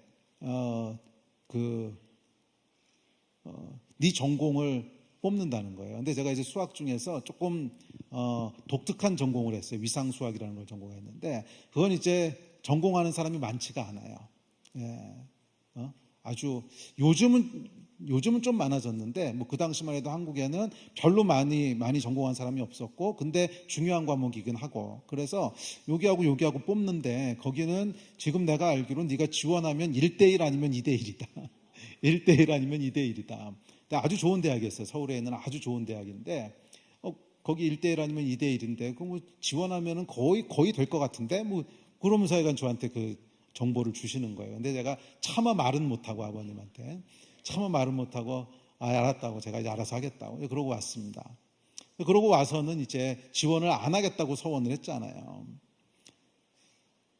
근데 이게 그래도 혹시 모르잖아 하는 생각이 드는 거예요. 제가 이제 왕제이라 그랬죠. 지원하겠다는 건 아니었어요. 또 혹시 모르니까, 이제 그래서 대학에 가가지고 지원서를 받아왔습니다. 지원하겠다는 건 아니었어요. 혹시 모르니까. 그래서 이제 다 이렇게 썼어요. 그리고 이제 갖춰야 될 서류들이 있거든요. 그 서류가 뭐 이제 성적 증명서, 졸업 증명서 이런 거 다 떼어야 돼. 다 떼었어요. 지원하겠다는 건 정말 아니었어요. 이게 혹시 모르니까. 그래서 봉투에다 다 집어넣고 딱 봉했습니다. 지원하겠다는 건 아니었어요. 혹시 모르니까. 그래서 이제 다 완벽하게 갖춰놓고 마지막 날 밤이 됐습니다. 내일까지 지원 안 하면 끝나는 거예요. 밤에 잠이 안 오더라고요. 이게 여러분, 헌신할 때랑 실제로 발될 때하고는 완전히 다른 얘기예요. 그래서 그 선교 집회들 같은 데 가보면 정말 많은 사람들이 이제 선교 헌신하고 그러잖아요. 그런데 실제 나가는 사람을 이렇게 팔로우 해보면 5%인가 밖에 안 된대요. 실제 헌신할 때랑 실제로 뭔가를 액션을 취할 때는 완전히 다른 거더라고요. 정말 이 불안해서 잠이 안 옵니다. 잠이 안 오는데 이거 정말 맞는 건가? 내가 미친 거 아닌가? 뭐 이런 기회가 또 오는 거 아닌데, 나이가 50쯤 돼가지고 후회하면 어떡하지? 하여간 뭐 별의별 생각이 다 듭니다. 별의별 생각이 다 들면서 결국 그날 밤도 잠을 못 자고 이제 일어나 앉았어요. 일어나 앉아서 기도를 시작했습니다. 주님, 지금 굉장히 불안하네요. 제가 미친 거 아닌지 모르겠습니다. 그랬더니 하나님께서요, 정말 천둥처럼 말씀하시더라고요. 그게 뭐예요? 롯을 떠나보내라는 거예요. 롯을. 그게 죄도 아니고, 그렇죠. 뭐 교수하는 게 왜 죄겠어요? 오히려 좋은 걸 수도 있어요. 그렇지만 롯의 양과 아브라함의 양을 같이 칠 수는 없다. 네가 두 개를 다 붙잡고 갈 수는 없다. 천둥처럼 하나님께서 그 말씀을 하시면서 그날 밤에 이제 뭐 그거 말고도 또 긴 이야기를 하셨는데, 뭐 시간이 없으니까 빼먹고 스킵하고, 혹시 궁금하신 분들은 제 책을 사서 보세요. 책 제목은 데스티니예요. 2권까지 있어요. 이제 나온 지 한참 된 책이긴 한데, 하여간 이제 그래서 그 기도를 하고선 제가 이제 이 서류를 이렇게 찢었어요. 쫙 롯을 떠나보낸 거죠. 쫙 찢었어요. 그리고 하나님께서 제가 전혀 생각 못했던 새로운 길로 저를 인도하셨습니다. 그 사건 직후에 교회를 시작하게 하셨고, 선교사로 나가는 것도 아니었어요. 그때도 하나님께서 임재 가운데 인카운터 하셨는데, 사실은 제가 교회는 이제 어떻게 하게 된 거냐면,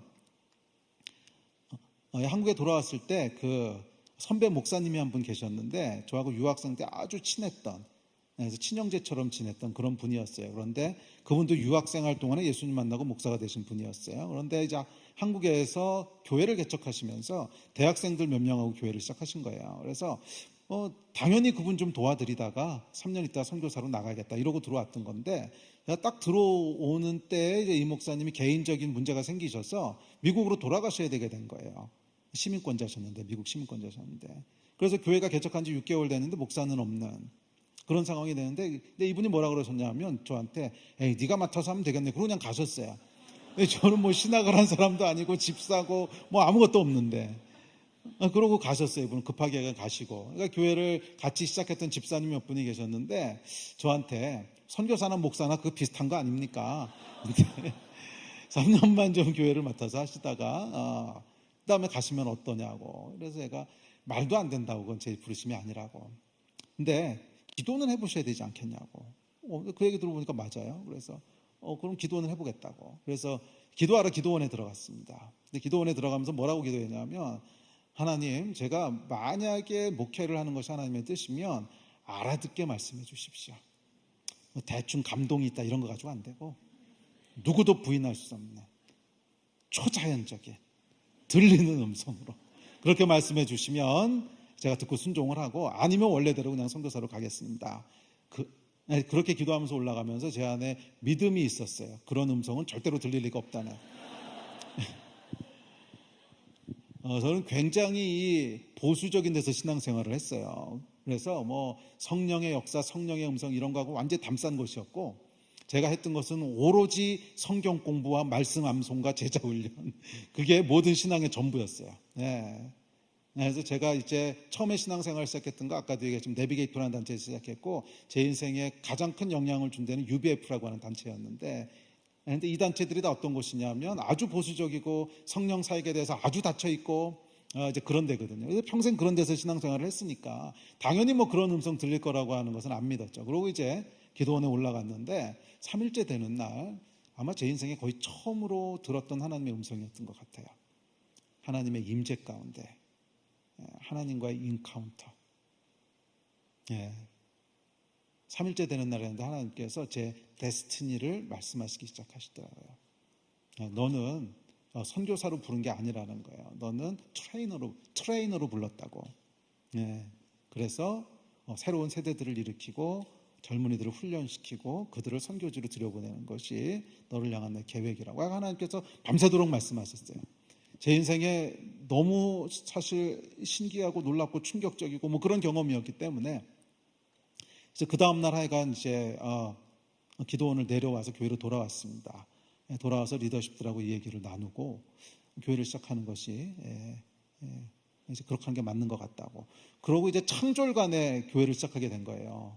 6개월 된 교회였는데. 그래서 제 첫 번째 직함이 뭐였냐면 담임 집사였어요.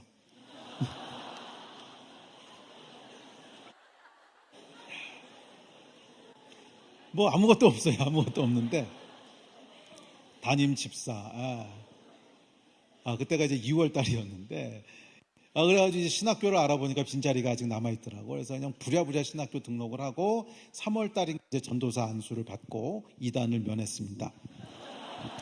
근데 그냥 그렇게 목회를 시작하게 됐는데, 문제는 뭐냐면 설교예요, 설교. 제가 말을 아주 심하게 더듬었거든요. 말을 아주 심하게 더듬어서, 설교를 도대체 어떻게, 그래서 저는 목사는 제 부름이 아니라고 생각했어요. 정말로. 딴 건 다 몰라도 목사는 아니라고 생각했어요. 근데 하나님께서 제가 목사로 부르신 거죠.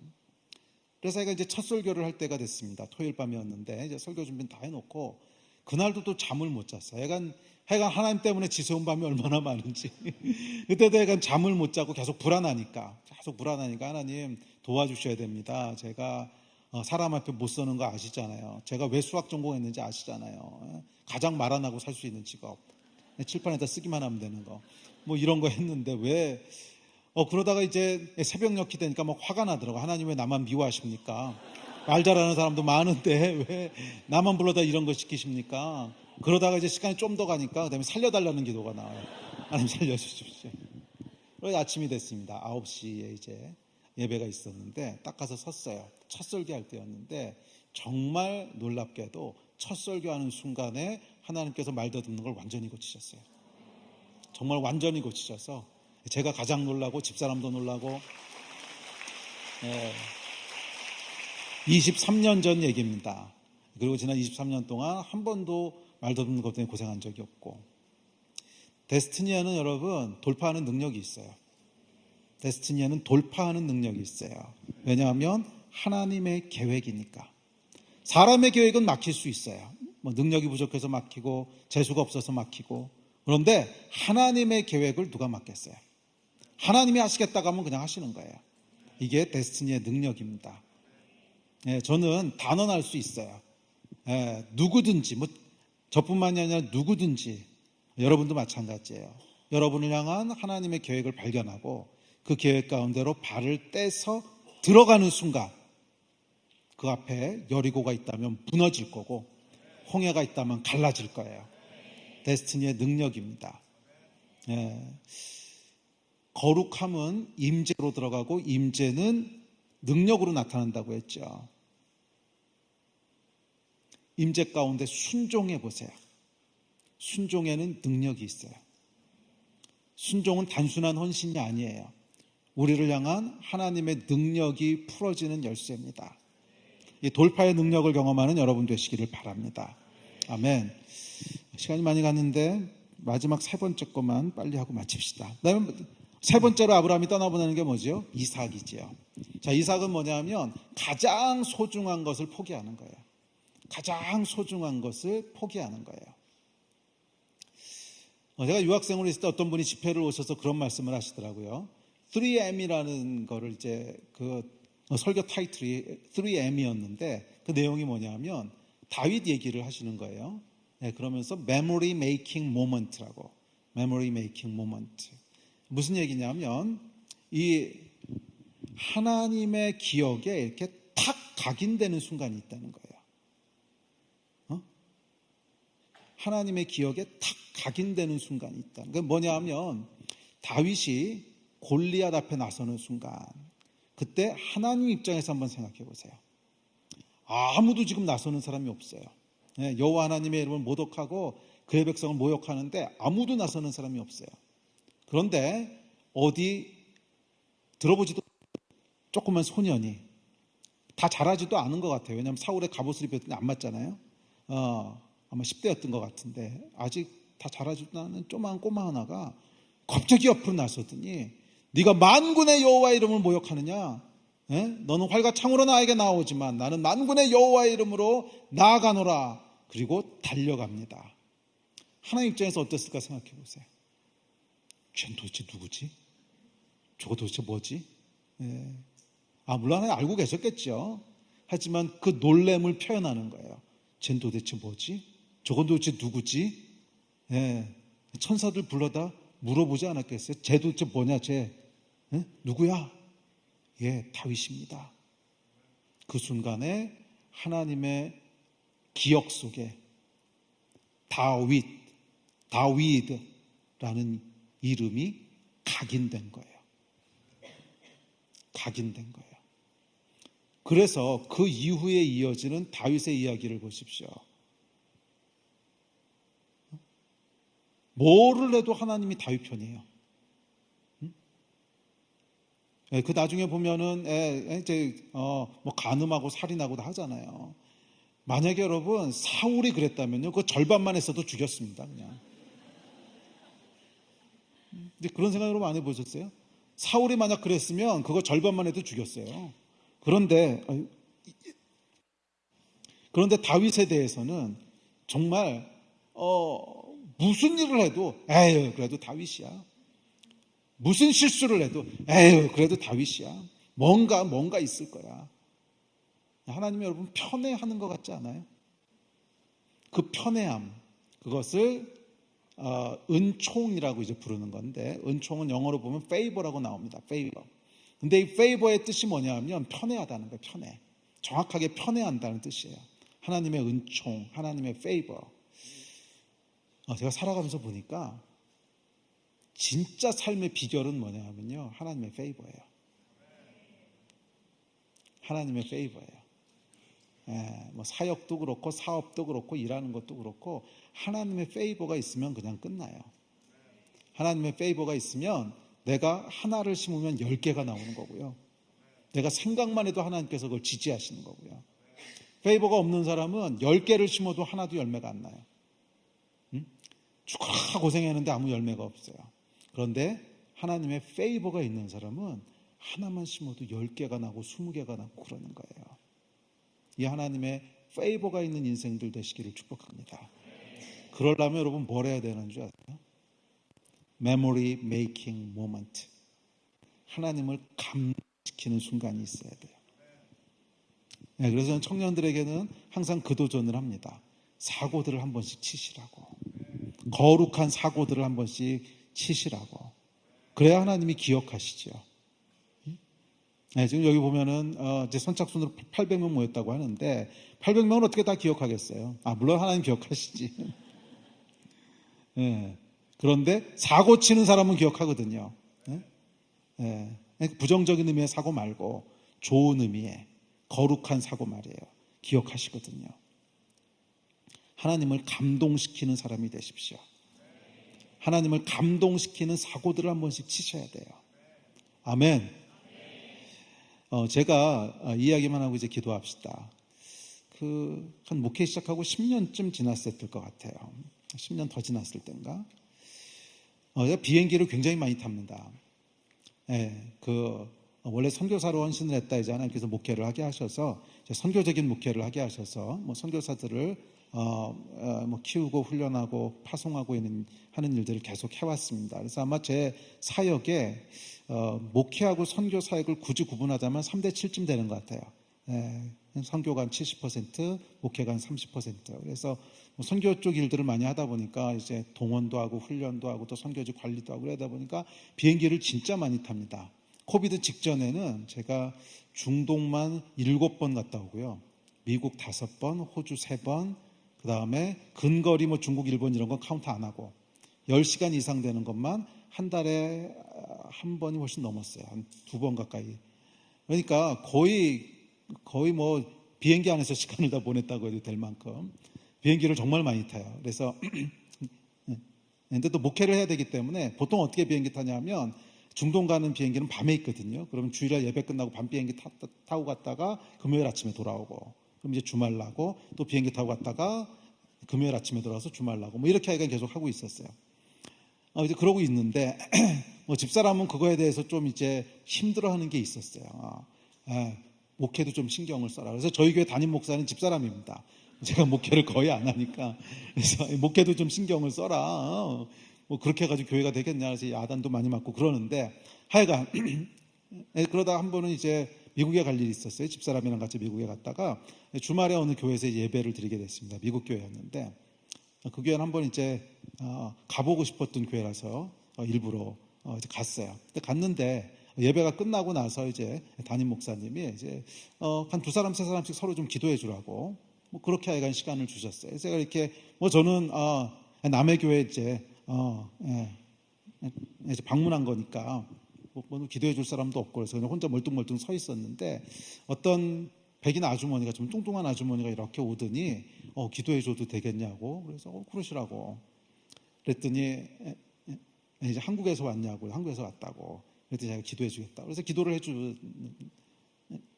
해줬습니다. 근데 기도하면서 이분이 뭐라 그러시냐면 기도하는데 뭐가 하나 보인다는 거예요.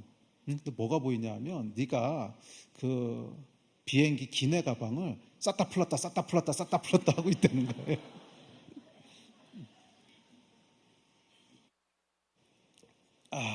저하고 집사람은 알죠 무슨 말인지를. 그래서 너무 재밌고 웃겨가지고서 이제 속으로 이거 어떻게 알았냐 용하네 그러고 있었어요. 비행기 가방을 쌌다 풀었다 하면서 너는 비행기를 정말 많이 타고 세계를 돌아다니는 것 같은데 근데 그 사람은 제가 누군지 모르죠. 뭐 제가 목사인 것도 모르고. 근데 그것은 네가 젊었을 때 너의 가장 소중한 어떤 것을 하나님한테 드렸던 것에 대한 리워드라고. 그 얘기를 듣는데 제 안에서 이게 울컥 올라오더라고요. 그 이후로는 저희 집사람이 비행기 타는 거 아무 얘기도 안 해요. 그냥 가라고, 하나님 보내시는 거 어떡하겠냐고. 페이버. 사고들을 치세요. 아멘. 예. 이 페이버가 있으면 하나님은 그 순간을 잊지 않으세요. 우리는 잊어버려도 하나님은 잊지 않으세요. 다윗이 골리앗 앞에 나가는 순간 하나님 잊어버리지 않으세요. 그리고 그의 자손에게까지 갚으신다 그래요. 그 자손에게까지 갚으신다는 거예요. 그것이 페이버입니다. 이 아브라함의 인생을 완성하는 마지막 정점이 뭐냐면 이삭을 바치는 거예요. 그 삶의 가장 소중한 것을 하나님 앞에 드리는 거예요. 그랬을 때 비로소 하나님이 아브라함의 인생에 마침표를 찍으세요. 오케이. 그리고 그 다음부터는 그냥 하나님이 행하시는 거예요. 그냥 하나님이 행하시는 거예요. 네, 전 여러분의 삶 가운데도 이 은혜가 임했으면 좋겠어요. 젊었잖아요. 아직 젊었잖아요. 네. 하나님께서 여러분을 기억하시게 하세요. 여러분을 기억하시게 하세요. 그러면 그 인생은 끝나는 거예요. 그 인생은 끝나는 거예요. 네, 저는 어느 순간에 어떤 기도하시는 분이 저에게 찾아와서 뭐라 그러시냐면, 내가 기도하는데 이제 목사님에 대한 말씀을 하나님이 주셨다고. 그러면서 뭐라 그러냐면, 목사님은 생각만 해도 하나님께서 지지하고 이루실 거라고. 굳이 뭐 기도하지 않아도 생각만 해도 이루실 거라고. 근데 그 얘기를 듣고 나서 제가 이렇게 들어보니까 어느 순간부터 정말 그렇다고 하는 걸 알았어요. 어느 순간부터 하나님께서 그냥 제 인생을 이렇게 끌고 가시는 게 막 보이는 거예요. 끌고 가시는 게. 막 제가 너무 숨이 차가지고서 끌고 가시는 게 보이는 거예요. 네, 제가 2019년도에 그 건강검진을 하다가 이 폐암 진단을 받았어요. 네, 그래서 이제 수술을 해야 된다고. 그래서 서울대 병원에서 이제 수술 날짜를 잡고 이렇게 나왔는데, 그 진단 받고 딱 나오는데 이렇게 멍하더라고요. 이게 뭐지? 어쩌면 내 삶이 여기서 끝날 수도 있는 거네. 그 생각이 드는데, 제가 너무 감사했던 건 뭐냐면 진짜로 삶에 대한 후회가요 1도 없어요. 1도. 너무 감사하고, 와, 내 인생이 어떻게 여기까지 왔지? 더 이상 뭐 이렇게 욕심도 없고 바라는 것도 없고, 선교면 선교, 사역이면 사역, 내가 기대했던 것보다 10배, 20배 하나님께서 정말 멋지게 이루어오셨고, 정말 후회가 하나도 없는 거예요. 제가 처음에 그 교수원서 찢으면서 50대에서 후회하면 어떡하지? 50대 했을 때 제가 감사로 춤을 췄습니다. 후회가 1도 없고, 다시 살아도 이거 할 것 같고, 3번 살아도 이거 할 것 같고. 물론 그러고 이제 수술 날짜 잡고 마지막에 갔더니 아무것도 없다고 그냥 가라 그래서 나왔는데 근데 정말로 감사한 건 뭐냐면 하나님께서 내 인생을 막 끌고 가셨다고 하는 걸 보는 거예요. 와, 이거는 내 힘으로 할 수 있는 게 아니었구나. 내 힘으로 할 수 있는 거에 10배, 20배를 하나님이 하셨구나. 3M. 그냥 여러분들이 생각만 해도 하나님이 지지해 주시는 이 페이버를 받는 여러분 되셨으면 좋겠어요.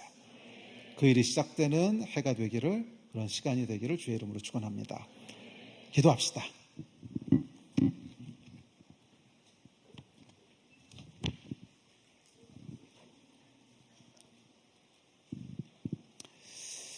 기도합시다.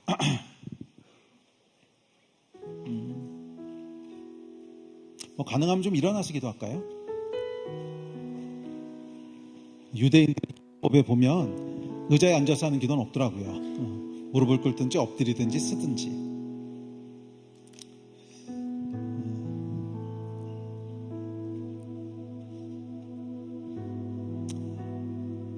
모든 일의 시작은 하나님의 임재로부터 시작됩니다. 하나님을 인카운터하는 것, 그게 예배예요. 아브라함의 인생도 그렇고 저의 삶도 돌아보면 결국 모든 이야기의 시작, 인생의 변곡점마다 하나님이 인카운터 하시는 일들이 있었어요. 저의 갈 길을 가르쳐 주시고 제가 무엇을 해야 될지를 알려주시고 회개하게 하시고 결단하게 하시고 이 하나님의 인카운터가 인생의 고비고비마다 저를 끌어왔어요. 좀 기도하지 않으시겠어요? 이 하나님, 이 수양회가 내 인생의 변곡점이 되기를 원합니다. 내 인생이 새롭게 시작하는 시간이 되기를 원합니다. 주를 만나는 시간이 되게 하십시오. 하나님을 인카운트하는 시간이 되게 하십시오. 주님, 말씀하여 주십시오. 말씀하여 주십시오. 우리 영혼에 말씀하여 주십시오. 우리 이 마음 가지고 우리 주여 한번 부르짖고 우리 한 번만 다 같이 합심해서 간절히 기도했으면 좋겠습니다. 기도하시겠습니다. 주여, 주여.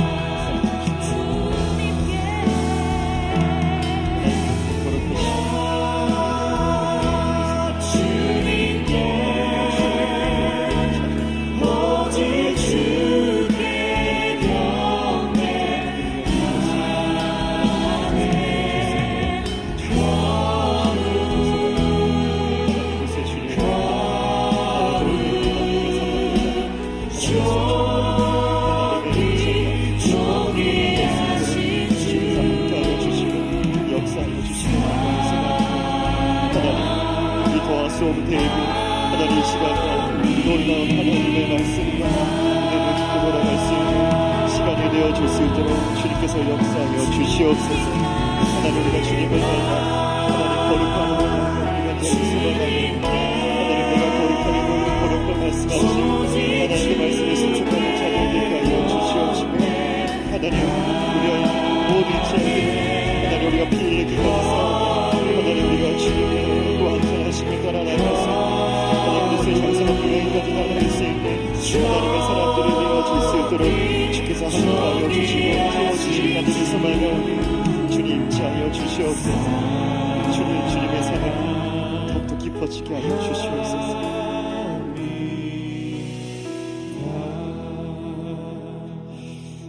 사랑하는 주님, 우리가 주의 얼굴을 구하며 거룩한 성회로 모였습니다. 하나님 이 시간들이 마치 아브라함이 그 모리아 산으로 자신의 아들 이삭을 데리고 올라갔던 것처럼 하나님 그 걸음걸음마다 하나님의 거룩함을 닮아가게 하여 주시옵시고 그 걸음걸음마다 하나님의 임재를 더욱더 경험하는 시간 되게 하여 주시옵시고 나의 가장 귀한 것, 내가 가장 아끼는 것을 주님께 올려드릴 때에 하나님의 임재를 하나님의 얼굴을 직면하는 시간이 되어질 수 있도록 주여 함께하여 주시옵소서. 하나님, 우리 하나님의 말씀에 순종함으로 나아갈 때 우리 인생에 내가 알지 못하는 크고 놀라운 일들이 일어나게 될 줄 믿습니다. 순종하는 사람 되게 하여 주시옵소서. 그 말씀에 반응하는 사람들 되게 하여 주시옵소서. 우리 안에 있는 모든 의심과 우리 안에 있는 모든 불안함들 떠나가게 하여 주시옵시고 하나님이 거룩한 성회 가운데 하나님 매 시간마다 임재하여 주셔서 내 영혼이 주님 안에 반응하며 나아갈 수 있도록 주님의 음성을 듣는 시간이 되어질 수 있도록 하늘의 문을 여시고 계속해서 말씀하여 주시고 기름 부어 주시옵소서. 하나님 아직 우리가 더 주님을 갈망합니다. 하나님 아직까지 우리들의 잔이 더 주님 안에 채워지길 간절히 소망합니다. 하나님 계속해서 우리가 드리는 이 더 하우스 오브 데이 모든 예배마다 차고도 넘치는 기름 부으심으로 주님의 말씀으로 역사하여 주시옵소서. 그래서 하나님 이곳에 모인 모든 자들마다 우리들의 인생의 변곡점으로 다시 새 인생으로 새 달을 바라며 나아갈 수 있는 우리들의 시간들과 인생이 되게 하여 주시옵소서. 그렇게 행하시 우리 주님께 감사 찬양을 올려드리오며 이 모든 말씀 살아계신 예수님의 이름으로 기도드립니다. 아멘. 우리 가운데 놀랍게 역사하실 하나님께 감사, 찬양과 영광의 박수를 올려드리도록 하겠습니다.